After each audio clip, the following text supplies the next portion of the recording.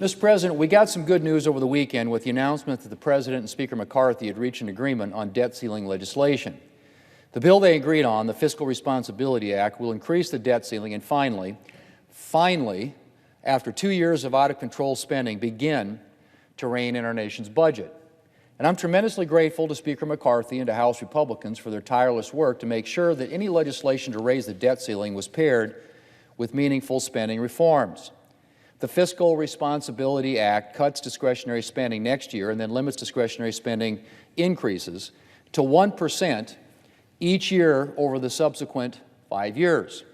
It claws back unspent COVID funds, repeals excess IRS spending, and ends the student loan repayment moratorium, which is currently costing taxpayers $5 billion a month. In fact, the bill rescinds more unobligated government money than any bill in American history.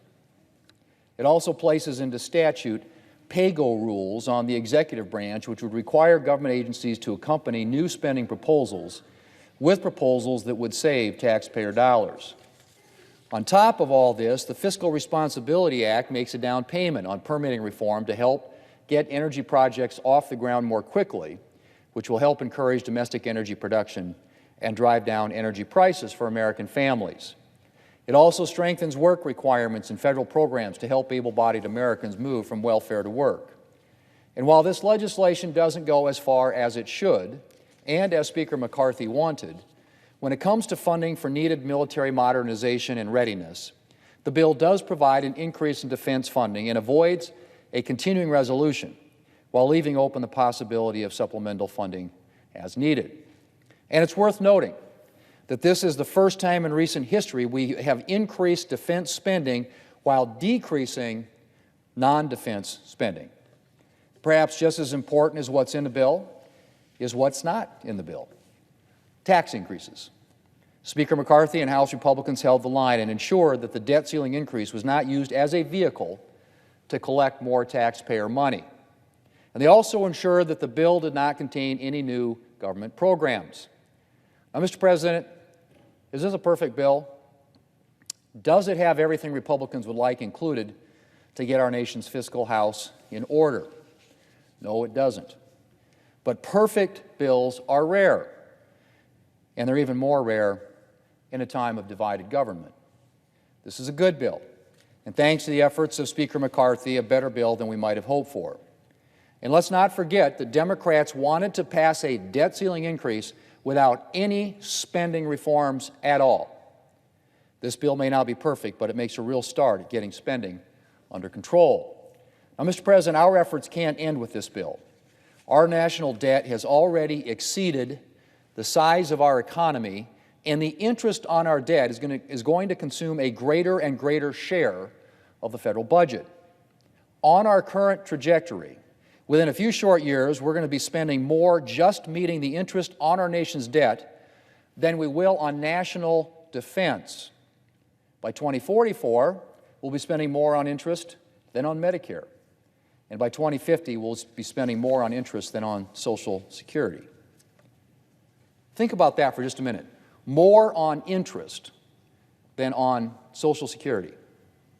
Mr. President, Social Security is the largest line item in our nation's budget and consumes approximately 1/5 of total federal spending each and every year. The very fact that our national debt is on track to grow to the point where we are paying more just on interest than on Social Security should be a wake-up call to lawmakers in both parties that spending reform has to be a top priority here in Washington. And let's be very clear, we have a spending problem, not a revenue problem.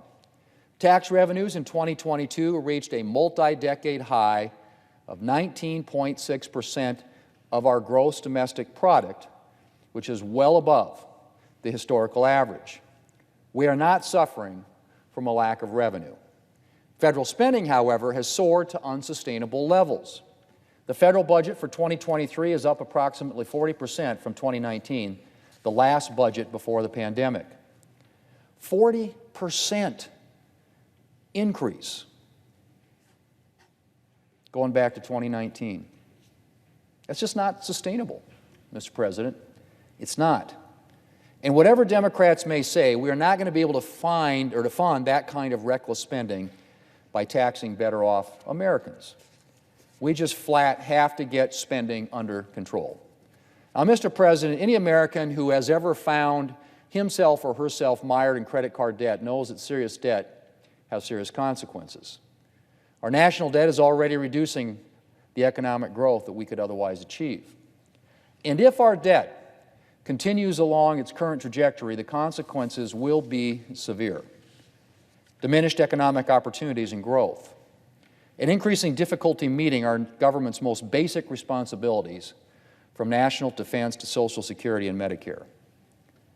The best thing that we can do for the future of our country and for hardworking American families is to get our nation's spending under control.